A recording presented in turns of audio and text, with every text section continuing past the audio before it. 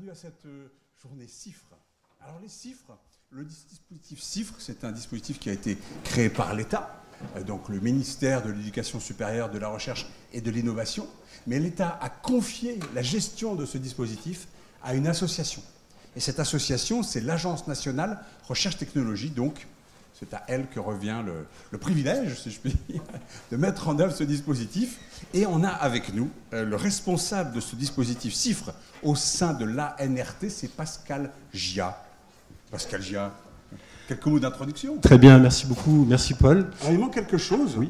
Venez avec moi, d'ailleurs, on va se mettre au centre. Il manque quelque chose. Quelques applaudissements quand même, s'il vous plaît. Bah alors, attendez, quoi là? Très bien, merci beaucoup Paul. Bonjour à tous, installez-vous, vous êtes les bienvenus. Je suis donc Pascal Gia, je suis chef du service CIFRE au sein de l'ANRT, donc Association nationale de la recherche et de la technologie. C'est une association de droit privé créée en 1953 et qui a pour vocation, entre autres, de créer de la synergie entre la recherche privée et la recherche publique. Comme l'a dit Paul, nous sommes mandatés par l'État pour gérer ce dispositif, CIFRE, Convention industrielle de formation par la recherche. On va vous dire tout sur ce dispositif, comment il fonctionne, ses attendus, ses objectifs, ses résultats. Ce que je voulais partager avec vous, c'est d'abord vous dire que c'est une journée qu'on a voulu, qu'on a construite de manière résolument pragmatique. Donc vous aurez plusieurs temps forts, je dirais 4 temps forts. Un premier temps fort qui est de vous décrire le dispositif, et j'ai envie de dire les dispositifs, vous verrez qu'il y a plusieurs dispositifs. Ensuite, on aura un premier temps fort qui est l'avant-thèse, c'est-à-dire comment je me lance dans une thèse CIFRE, comment je m'y prépare, quels sont les canaux d'information. Ensuite, on passera sur un deuxième temps fort qui est la CIFRE, comment ça se déroule, comment ça se passe, quel est le quotidien d'un doctorant CIFRE, d'un encadrant CIFRE. Et puis, dans un troisième temps, nous verrons ce qu'on devient après une CIFRE, le devenir des doctorants. Et tout ça, ça s'articulera autour d'interviews, de questions-réponses, de témoignages et de tables rondes, où il y aura un moment d'échange entre des encadrants, des doctorants, des encadrants académiques ou des encadrants industriels. Voilà, j'en ai terminé. Il me reste à vous souhaiter une très bonne matinée et je vais laisser la parole à Valérie Sibylle, peut-être à Paul qui reprend la parole. Allons-y, Valérie Sibylle, venez. Voilà, Valérie, à vous. C'est à vous. Bonne matinée à tous. Alors, si vous avez des diapositives, il vaut mieux vous mettre au pupitre, effectivement. Alors, Valérie Sibylle, voilà, on commence avec vous. On va faire une présentation générale des dispositifs CIFRE. Alors, avec vous, ce sera plutôt assez général. On va parler des CIFRE dans le domaine de la défense. On va parler des CIFRE et du rôle des écoles doctorales. Et donc, d'abord avec vous, Valérie Sibylle, vous êtes chargée de mission à la NRT, chargée donc du développement du dispositif CIFRE à la NRT. Merci Paul, j'en profite pour... Alors, on m'entend bien, il ne non? marche plus, lui. Il marchait tout à l'heure, il ne marche plus. Ah. Allô, allô? Vous m'entendez? Bah non. Non. Mais c'est pas grave, on a des micros à chef, mais tout de même. J'ai rien touché. Ici, vous m'entendez? Oui, là, vous m'entendez. Voilà. Bonjour à vous, à toutes et à toutes. J'ai le plaisir de démarrer cette matinée en vous offrant un panorama général sur le dispositif CIFRE. Et comme l'a dit Pascal, en fait, il existe trois dispositifs à ce jour. Le dispositif que je qualifierais de conventionnel, en fait, qui est le plus ancien, qui est financé par le ministère de l'Enseignement supérieur, de la Recherche et de l'Innovation, et qui représente également le plus gros budget. Ensuite, il y a le dispositif CIFRE France-Maroc, qui a été initié en 2016 avec les autorités franco-marocaines. Et enfin, il y a le dispositif CIFRE Défense, qui date de 2009, qui est financé par le ministère des Armées et qui touche en fait des problématiques liées à la défense nationale. Donc mon exposé va porter sur les 2 premiers dispositifs. Je commencerai par le dispositif classique, conventionnel. Et Madame Anglade, pas trop près, c'est trop fort, voilà, je vais vous réveiller sinon. Et Madame Anglade de l'AID vous détaillera le dispositif CIFRE Défense. CIFRE, déjà, qu'est-ce que c'est CIFRE? C'est un acronyme qui signifie Convention industrielle de formation par la recherche. Il va permettre à un doctorant de mener un travail de recherche, d'être formé à la recherche, et ceci tout en bénéficiant d'un double encadrement, à la fois au niveau académique, dans un laboratoire de recherche, et aussi au sein d'une structure d'embauche. Ce dispositif a été mis en place pour favoriser les synergies entre le secteur public et privé. Je suis encore trop près. C'est un peu dur. Et ça marche toujours pas? Non, bon, voilà. Et il a pour objectif de favoriser l'insertion professionnelle des docteurs, tout en encourageant la collaboration entre les laboratoires de recherche académique et le tissu socio-économique. Le but du gouvernement, derrière tout ça, c'était de contribuer au processus d'innovation de notre pays pour en accroître la compétitivité. Ce dispositif, comme je l'ai dit tout à l'heure, est entièrement financé par le MESRI, le ministère en charge de la recherche, et il a confié la gestion de ce dispositif à l'ANRT. Le dispositif a un peu plus de 40 ans. Il connaît depuis 1981, qui est sa date de création, un essor régulier. En 2021, 1677 dossiers ont été acceptés, ce qui représente à peu près un volant de chiffres en cours d'environ entre 5 000 et 6 000 si on compte les premières, deuxième et troisième années. Voilà, je pense que...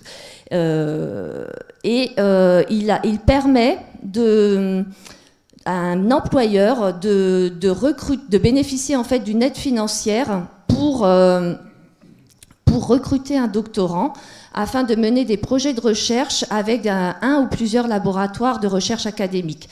Cette aide financière, elle se présente sous forme d'une subvention de 14 000 euros par an, ce qui représente un montant total d'aide de 42 000 euros pour l'emploi, qui est versé à l'employeur. Et ce dispositif a un taux de réussite, enfin les projets ont un taux d'acceptation assez important puisqu'il est d'environ de 80%. Ça peut fluctuer d'une année à l'autre en moyenne. Les dossiers de candidature peuvent être déposés à tout moment de l'année. Il concerne tous les secteurs d'activité, toutes les disciplines scientifiques et il s'adresse à toutes les régions de France. Je vais vous présenter ici le schéma de principe du dispositif. Si vous devez retenir quelque chose, c'est bien cette diapositive à apprendre par cœur. Donc la CIF, déjà, c'est un document, une convention qui est signée entre l'ANRT qui agit au nom de l'État et un employeur. Même si le document est signé entre l'employeur et l'ANRT, il implique, je ne sais pas si vous voyez, il implique d'autres partenaires, le doctorant et le ou les laboratoires académiques. Et ces partenaires sont liés les uns aux autres, ce qui est symbolisé. Est-ce que ça marche? Non, ça ne marche plus non plus. Ce qui est symbolisé ici par les flèches. Donc l'employeur va recruter le doctorant en CDD ou en CDI. Le doctorant va être lié à cet employeur par un contrat de travail. Il va travailler à temps plein. Il va dédier son projet de recherche. Il va dédier son temps à son projet de recherche et il va recevoir une rémunération minimum de 23 484 € brut par an. C'est une rémunération minimum. Ça peut aller au-delà.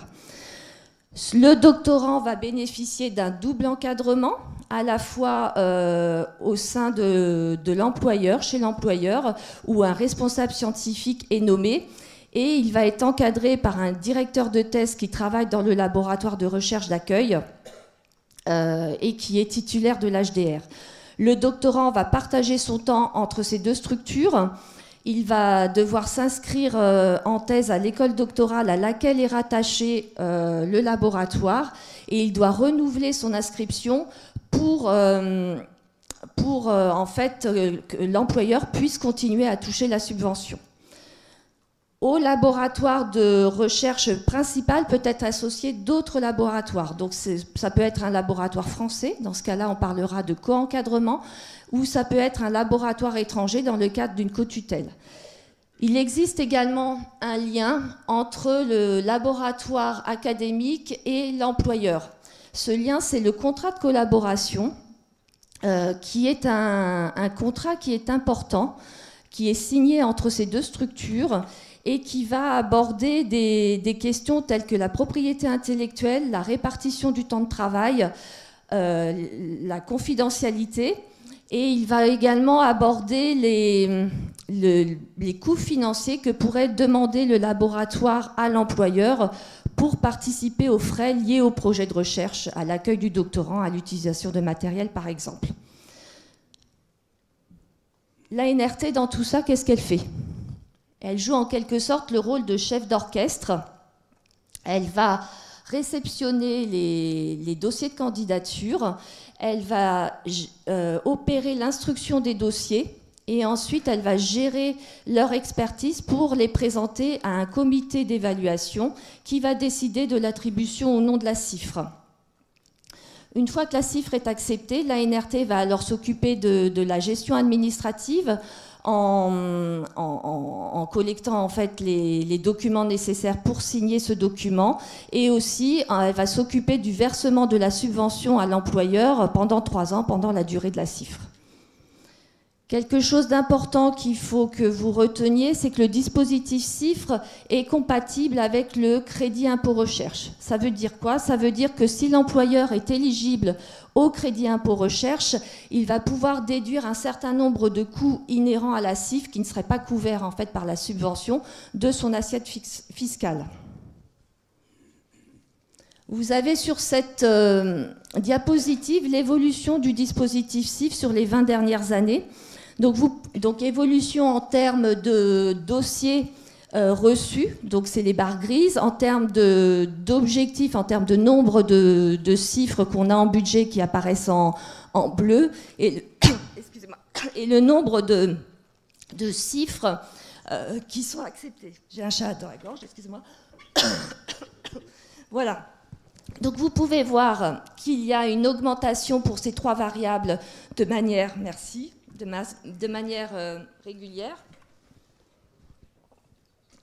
Voilà, ça va aller mieux. De manière régulière, avec quelques accidents de parcours dans cette pente ascendante. Cela a concerné les années 2013 et 2014, en fait, qui font suite à la crise économique de 2009, et en 2020, qui est bien sûr l'année de la pandémie. En 2021, donc, qui est représenté ici, on voit qu'on retrouve la dynamique de 2018 et on est tout près, en termes de nombre de dossiers de reçus, on est tout près en fait de l'année record de 2019. Vous pouvez aussi constater sur ce graphique que depuis 2017 à peu près, les barres orange et les barres bleues se rejoignent, ce qui signifie que le dispositif a été en quelque sorte saturé. Et pour le désengorger, la loi de programmation à la recherche a prévu d'augmenter le nombre de CIFRE de 50% jusqu'en 2027. Donc cela va représenter une centaine de CIFRE en plus chaque année jusqu'en 2027 pour atteindre le niveau de 2150 CIFRE acceptés, alors qu'on était en 2020 au niveau de 2550. Si ce dispositif connaît un essor régulier, c'est que chacun des partenaires y trouve un intérêt. Donc ici, on vous a représenté quelques conclusions issues des évaluations que l'on mène chaque année en fin de CIFRE. Donc là, ça concerne des CIFRE qui se sont terminés en 2020, mais les résultats sont conformes à ce qu'on peut voir depuis plusieurs années. Et cette évaluation a interrogé à la fois les doctorants, mais aussi leurs encadrants, donc le responsable scientifique en entreprise et aussi le directeur de thèse. Donc vous voyez que pour ces encadrants, ils sont extrêmement satisfaits de ce dispositif, puisqu'à 96%, ils déclarent qu'ils sont satisfaits. Du côté employeur, le dispositif leur apporte en priorité un solide appui scientifique. Du côté laboratoire, ce qu'il ressort, c'est que la CIFRE leur offre de nouvelles pistes de recherche, un nouveau terrain d'expérimentation. Et l'ensemble des encadrants déclarent qu'il y a des retombées suite au travail de la CIFRE et que le travail est souvent fructueux. un quart des employeurs déclarent que la CIFRE a été la première opportunité, la première occasion de collaborer avec un laboratoire de recherche public. Et 9 employeurs sur 10 déclarent également qu'ils sont prêts à renouveler l'expérience de la CIFRE dans les prochaines années, ce qui vraiment confirme leur intérêt pour le dispositif. Et enfin, en ce qui concerne les doctorants, donc ça vous concerne un peu plus, ils sont également très satisfaits du dispositif. On a 95% des doctorants qui déclarent qu'ils sont satisfaits. Ils recommandent cette formation doctorale. Ils voient en la CIFRE de réelles perspectives d'employabilité et avec des perspectives, avec des salaires d'embauche assez attractifs. Je ferai juste un petit aparté pour vous dire que être doctorant CIFRE, c'est aussi appartenir à une communauté.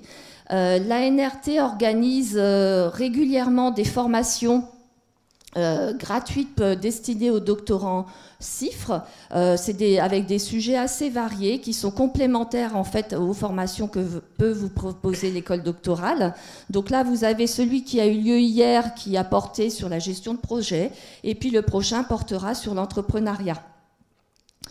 L'ANRT organise également des ateliers d'échange où en fait on définit un thème commun, on invite des doctorants, quelques doctorants qui travaillent sur ce thème commun, on les invite avec leur encadrant et ils viennent présenter leurs travaux. C'est vraiment un moment d'échange très particulier et privilégié et c'est souvent, il y a vraiment des échanges importants entre chacun des doctorants mais aussi avec les encadrants. Et on s'arrange pour inviter une personnalité reconnue dans ce domaine qui va présider la session. J'en viens maintenant aux chiffres qui peuvent vous intéresser concernant le dispositif CIFRE. Les étudiants qui se lancent dans une CIFRE ont en majorité un cursus, ont un diplôme de master en majorité. Ils sont suivis de près par des profils d'ingénieurs avec un cursus simple ou un cursus double, donc avec un double diplôme. Le dispositif CIFRE est ouvert à toutes les nationalités. Alors sur cette diapositive, vous avez les chiffres 2021, mais en fait... ça se ressemble d'une année sur l'autre et vous voyez que 3/4 des doctorants sont quand même d'origine française et le quart restant, comme vous pouvez le voir, on peut voir un panel en fait de nationalités qui est très large, qui peut varier d'une année sur l'autre, mais on a une représentativité assez constante des étudiants venant d'origine du Maghreb et de l'Asie. Je vous ai dit en tout début de cet exposé que le dispositif CIFRE prévoyait un salaire minimum pour le doctorant. Ce salaire minimum est fixé à 23 484 € bruts par an. Et vous pouvez voir sur ce graphique que ce salaire minimum... Alors, ce salaire minimum concerne en fait une minorité de doctorants, uniquement 10%. L'année dernière, c'était 11%. Et que la grande majorité des doctorants touchent un salaire plus élevé, qui est en moyenne de 30 000 €. Alors, pour ceux qui veulent rêver un petit peu, on a un maximum cette année, en 2021, qui est égal à 87 000 €. Voilà. Donc, tout est permis dans le dispositif CIFRE, en termes de salaire. En ce qui concerne les disciplines scientifiques, le dispositif CIFRE est ouvert à toutes les disciplines scientifiques. Il n'y a pas de quota. Et en fait, la répartition de ces disciplines dépend effectivement de la discipline, mais est assez constante d'une année sur l'autre. Et ce qui est assez remarquable à noter, c'est que les sciences de l'homme et de la société occupent la première place en termes de chiffres acceptés. Donc première place, donc c'est ce qui est représenté ici. Donc ça regroupe la partie verte 17% et 12%. Donc ça représente 29% des chiffres acceptés en 2021. En 2020, c'était 28% et l'année précédente, c'était 25%. Donc plus du quart des chiffres acceptés couvrent en fait les disciplines SHS. Ensuite, il y a les sciences des techniques de l'information et de la communication, les STIC, et les sciences pour l'ingénieur. Et on retrouve en marge la physique et les sciences de la Terre. Comment ? Pas trop fort. Bon. Et parmi les structures d'embauche, alors vous avez ici des résultats depuis 2013. Donc parmi les structures d'embauche, on retrouve les grands groupes qui se sont historiquement appropriés le dispositif et qui ont été longtemps majoritaires. Et ils sont suivis de près par les PME qui les ont vraiment suivis jusqu'en 2019. Et en 2020, les PME vont dépasser les grands groupes et ça s'est confirmé en 2021. Les PME représentent 40% des chiffres acceptés. Et parmi ces PME, 40% sont des très petites entreprises qui comptent moins de 10 salariés. Un fait aussi qu'on peut noter, c'est la présence des associations et des collectivités territoriales, même si leur nombre est moindre que pour les entreprises, mais on peut voir qu'il y a une croissance régulière depuis ces dernières années de ces structures en tant qu'employeurs. Je vais passer maintenant à la démarche à suivre pour déposer un dossier de candidature. Je ne vais pas rentrer dans le détail parce que cette partie-là va être vraiment détaillée dans la suite de cette matinée. Je vais juste vous rappeler et vous montrer les principales étapes. Pour déposer un dossier de candidature, il faut avoir identifié tous les partenaires, c'est-à-dire le doctorant, l'employeur et le ou les laboratoires. Vous ne pouvez pas déposer le dossier de candidature sans avoir ces partenaires-là. Ensuite, il faut vérifier leur éligibilité. Donc pour cela, vous avez un document à disposition sur notre site qui s'appelle « Conditions d'éligibilité et d'octroi des chiffres » qui est téléchargeable. Et une fois que vous avez passé cette première étape, il faut préparer le dossier de candidature. L'expérience montre que que la clé du succès en fait repose sur la co-construction de ce dossier de candidature avec l'ensemble des partenaires. Vous êtes ici dans un dispositif qui encourage la recherche partenariale, donc il faut absolument que les partenaires y trouvent un intérêt et se sentent engagés. Et puis après, il faut anticiper les étapes suivantes, mais ça on vous en parlera tout à l'heure. Ensuite, le dépôt de dossier se fait sur notre site, il se fait de manière électronique, et il passe dans les mains de l'ANRT. Vous n'avez plus accès à votre dossier.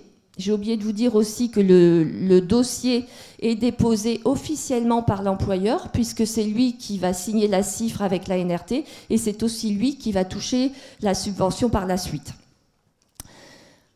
Une fois que le dossier est télétransmis, il y a déjà un pré-examen de ce dossier par les équipes de l'ANRT qui vont vérifier qu'il est bien conforme, qu'il comporte toutes les pièces, qu'il est complet. Et ensuite, le dossier est confié à des experts qui vont réaliser une expertise socio-économique et une expertise scientifique. Les experts nous rendent une notation et des commentaires selon une grille d'évaluation. Et ensuite, le dossier est présenté à un comité d'évaluation et de suivi qui va décider de l'attribution ou non de la cifre. Juste quelques mots sur le deuxième dispositif qui existe à ce jour. C'est le dispositif CIFRE France-Maroc qui a été contractualisé en 2016 avec les autorités franco-marocaines. Et le contrat a été renouvelé en 2021 pour 4 ans. Ce dispositif a pour objectif de doter les étudiants franco-marocains d'une expérience de recherche partenariale, donc en étant à la fois au sein de laboratoires académiques et aussi au sein d'entreprises, et de favoriser en fait les échanges entre le Maroc et à la fois, en fait, c'est une expérience à la fois au niveau du Maroc et au niveau de la France. Il a aussi pour objectif de consolider les relations franco-marocaines en ce qui concerne la recherche. Donc vous avez ici le schéma de principe. Ce schéma de principe, il est très similaire à celui que je vous ai montré sur les chiffres conventionnels, si ce n'est que le doctorant doit être d'origine marocaine ou franco-marocaine. Vous le voyez ici, et que le projet se fait obligatoirement dans le cadre d'une co-tutelle avec un laboratoire français et un laboratoire marocain. Le salaire pour le doctorant, donc l'entreprise qui recrute le doctorant est une entreprise implantée en France. Elle recrute le doctorant avec un salaire équivalent au SMIC brut en vigueur. Et ce salaire est complété par une bourse versée par les autorités marocaines qui est versée directement au doctorant et qui est de 77 000 dirhams par an. Je pense que j'ai rien oublié. Ensuite, l'employeur, lui, reçoit une subvention qui est moindre que la subvention pour le CIFRE conventionnel. Cette subvention est de 7 000 € par an, sur 3 ans également. L'instruction des dossiers, les dossiers sont réceptionnés par la LRT, de ce côté-là, ça ne change pas. Et ensuite, l'instruction de ces dossiers est réalisée conjointement par la NRT et par le Centre national de recherche scientifique du Maroc. Donc, si on devait résumer le dispositif CIFRE France-Maroc, il est réservé à des doctorants marocains ou franco-marocains. L'entreprise est basée en France. Il se fait obligatoirement dans le cadre d'une co-tutelle avec le Maroc. Cela concerne à peu près 5 à 10 projets par an. Et donc je vous ai dit au niveau du salaire, je n'y reviendrai pas. Quelque chose d'important à retenir, c'est qu'à l'issue de la CIFRE, le doctorant doit rester 18 mois au Maroc. Voilà, j'en ai terminé. J'espère que je suis dans les temps. Je vous remercie tous pour votre écoute.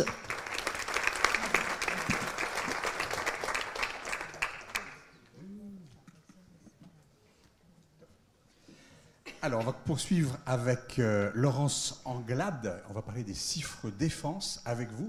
Alors, vous travaillez à l'Agence pour l'innovation de défense. Donc, voilà, quelques mots-clés, innovation, défense. Et vous, vous êtes chargé de formation par la recherche. Alors, on va peut-être essayer un autre micro. Regardez ça, c'est un peu plus doux, ça, je crois. Allô, allô? Ah oui. Non, c'est pas. C'est pareil. Regardez, non, mais celui-là est super doux. Regardez. On essaye. Oui. Non, vous m'entendez? On essaye. C'est parti. Vous dites hein, si ça va ou si ça va pas. Quelques indices.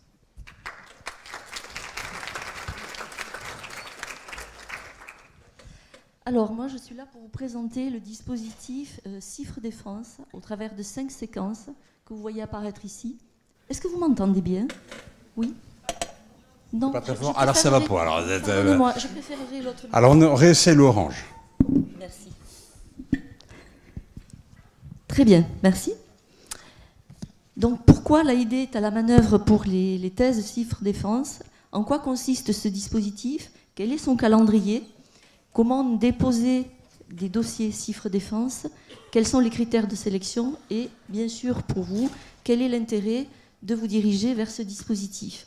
Alors, pourquoi l'AID est-elle concernée par ce dispositif? Eh bien, l'AID, c'est une petite agence qui a été créée en 2018, qui est composée de 130 ingénieurs, militaires, innovateurs et chercheurs en provenance du ministère des Armées et qui ont pour vocation de fédérer les acteurs de l'innovation de défense au profit d'un ministère qui compte tout de même 270 000 personnes. Donc l'agence est là pour fédérer, accélérer l'innovation de défense. Elle dispose pour cela d'un budget de 1 milliard d'euros en 2022 et cela passe par le financement de projets que vous voyez apparaître sur cette planche. On n'a pas le temps de les regarder en détail. Retenez que pour vous, ce sont des projets de recherche, c'est-à-dire les thèses de doctorat qui entrent dans cette catégorie de projets financés par l'AID. Il faut savoir que l'AID finance entre 100 et 130 thèses de doctorat par an, dont une quinzaine de CIFRE Défense. Alors c'est peu, mais il ne tient qu'à vous et aux porteurs de projets que sont les entreprises et les laboratoires d'en proposer davantage. L'AID est tout à fait intéressée par ce dispositif. On y tient beaucoup parce qu'on est bien là. Il faut comprendre qu'on est dans la logique des missions de l'agence parce que les thèses sont certes exploratoires, mais les thèses CIFRE Défense nous permettent de valoriser ces travaux au profit des besoins de la défense et donc des entreprises de défense. Donc pour nous, c'est très important. On est aidé en cela de la NRT et j'en arrive au deuxième point de ma présentation. Qu'est-ce que le dispositif CIFRE Défense? Eh bien écoutez, on ne change pas un dispositif qui est aussi bien conçu que celui des CIFRE. Donc on s'en est fortement inspiré et CIFRE Défense en est directement décliné. C'est exactement la même chose au niveau de la constitution du dossier à 2 points près. Le candidat, l'étudiant qui va être candidat à ce dispositif, devra être ressortissant d'un pays de l'Union européenne ou du Royaume-Uni ou de la Suisse. Deuxième point très important, le sujet. Le sujet doit s'inscrire dans des thématiques prioritaires qui sont préalablement définies par l'AID. Ces thématiques prioritaires sont nombreuses et elles sont regroupées au travers de 13 domaines scientifiques. Ce sont des domaines en sciences dures. Exceptionnellement, en 2022, nous ne couvrons pas les sciences humaines et sociales. Il y en a eu jusqu'à présent. Cette année, ça n'a pas été possible et ça reprendra l'année prochaine. Donc je vous invite à consulter le site de l'AID pour aller voir ce que recouvrent ces 13 domaines scientifiques. On n'a pas vraiment le temps de s'y appesantir, mais vous pouvez peut-être, au travers des acronymes, vous reconnaître au travers de vos disciplines, si vous pouvez entrer dans ce cadre. Pour résumer le premier point qu'on vient de voir, le dispositif CIFRE est strictement identique, le CIFRE Défense est strictement identique à CIFRE, aux 2 conditions qu'on vient de voir. Mais il y a aussi des différences d'un point de vue de l'organisation. C'est un peu transparent pour vous, mais la subvention ministérielle donc, provient du ministère des Armées et pas du MESRI. Ce qui est beaucoup moins transparent et qui vous concerne plus directement, c'est que la forme que prend l'appel à projet. Cet appel à projet, il est annuel, il est ponctuel et il est concentré sur le premier semestre de l'année. Donc attention, ce n'est pas comme le dispositif CIFRE où vous pouvez déposer un dossier tout le long de l'année. Là, le faible volume de thèses que nous finançons fait que nous sommes obligés de concevoir un appel à projet concentré sur le premier semestre. Vous avez une note d'appel à projet qui est publiée sur notre site et qui définit toutes les conditions. Donc, ce dont je vous parle aujourd'hui, plus davantage de détails si vous êtes intéressé par le dispositif. En termes de dépôt de dossier, c'est l'AID qui est responsable de l'organisation de l'appel à projet et qui donc récupère les dossiers. Il faut les déposer chez nous. Mais pour les dossiers qui sont retenus par la commission de sélection, alors les porteurs de projets sont invités à compléter leur dépôt auprès de l'ANRT parce que l'ANRT, notre partenaire sur ce dispositif, sera chargé d'établir les conventions CIFRE dont a parlé Mme Sibylle tout à l'heure. Et puis enfin, il y aura un tuteur AID qui suivra le doctorant tout le long de sa thèse, mais ce n'est pas un encadrant. Brièvement, un petit schéma qui vous montre le circuit de financement de la subvention, qui part de l'AID, qui arrive à contribuer au salaire du doctorant. C'est pas fondamental pour vous à ce stade de vos démarches, donc je vous propose de passer tout de suite à la planche suivante. Donc retenez les 2 conditions respectées par rapport aux CIFRE, les conditions de nationalité et le sujet doit s'inscrire dans les thématiques prioritaires. L'AID ne propose pas de sujet. Souvent, on est sollicité, on nous demande qu'est-ce que vous proposez comme sujet. Nous n'en proposons pas. Nous vous invitons à vous caler dans les thématiques prioritaires. Et puis surtout, on est souvent sollicité pour l'organisation des démarches dans la recherche, dans la construction de votre projet. Ce que je peux vous dire, c'est ne vous découragez pas, c'est pas simple. La NRT est là pour vous soutenir. Les écoles doctorales ont aussi des très bons sites. Et j'ai compris qu'au travers de notre journée qui va se dérouler sur toute la matinée, ce point va être largement abordé. Donc, je passe directement au 3e point de ma présentation, qui est le calendrier. Retenez surtout la première flèche, celle qui est sur fond violet. Ne peuvent postuler à un dossier CIFRE Défense, c'est-à-dire les porteurs de projets sont, vous avez bien retenu, les entreprises, car ce sont elles qui s'engagent à vous recruter si le dossier est retenu. eh bien, les entreprises doivent nous demander un numéro de dossier. Nous opérons par ce moyen un premier filtre au niveau des dépôts. Non seulement on s'assure que le sujet qui va être proposé entre dans nos thématiques prioritaires, ça vous l'avez bien compris, j'ai bien insisté dessus, mais surtout on vérifie que nous n'avons pas un projet de recherche en cours de financement auprès du ministère dans le même temps. Donc ça évite aux porteurs de déposer pour rien si c'est trop tôt, ou éventuellement une discussion s'engage avec nos responsables innovation et les porteurs de projets pour éventuellement peut-être réorienter le sujet pour qu'il puisse être déposé plus rapidement. Les dates, les dépôts doivent être faits au plus tard le 6 mai. Vous aurez les résultats un mois plus tard et votre thèse pourra démarrer à partir du 1er octobre. Le 4e point de ma présentation, les critères de sélection et comment on dépose les dossiers. On a un peu parlé des dépôts de dossiers. Ils doivent être faits auprès de l'AID. Les critères de sélection sont au nombre de 4, vous les voyez, critères scientifiques de la thèse, qualité de l'encadrement du laboratoire, valeur du candidat et intérêt défense. Retenez que le taux de sélection est extrêmement élevé, il est de plus de 90%. Il est même arrivé des années qu'on sélectionnait tous les dossiers qui avaient été déposés. Évidemment, ça s'explique par le premier filtre qui est opéré au niveau des sujets, mais pas que. Retenez surtout que pour les rares dossiers que nous ne retenons pas, nous les reproposons dans le dispositif CIFRE. Ils sont donc examinés par les commissions CIFRE et bien souvent ils sont retenus parce que souvent ils sont de qualité. Dernier point de ma présentation, pour vous, quel est l'intérêt à vous orienter, si jamais cela vous intéresse, vers les thèses CIFRE défense? On vient de le voir, un taux de sélection extrêmement élevé et une deuxième chance avec le dispositif CIFRE.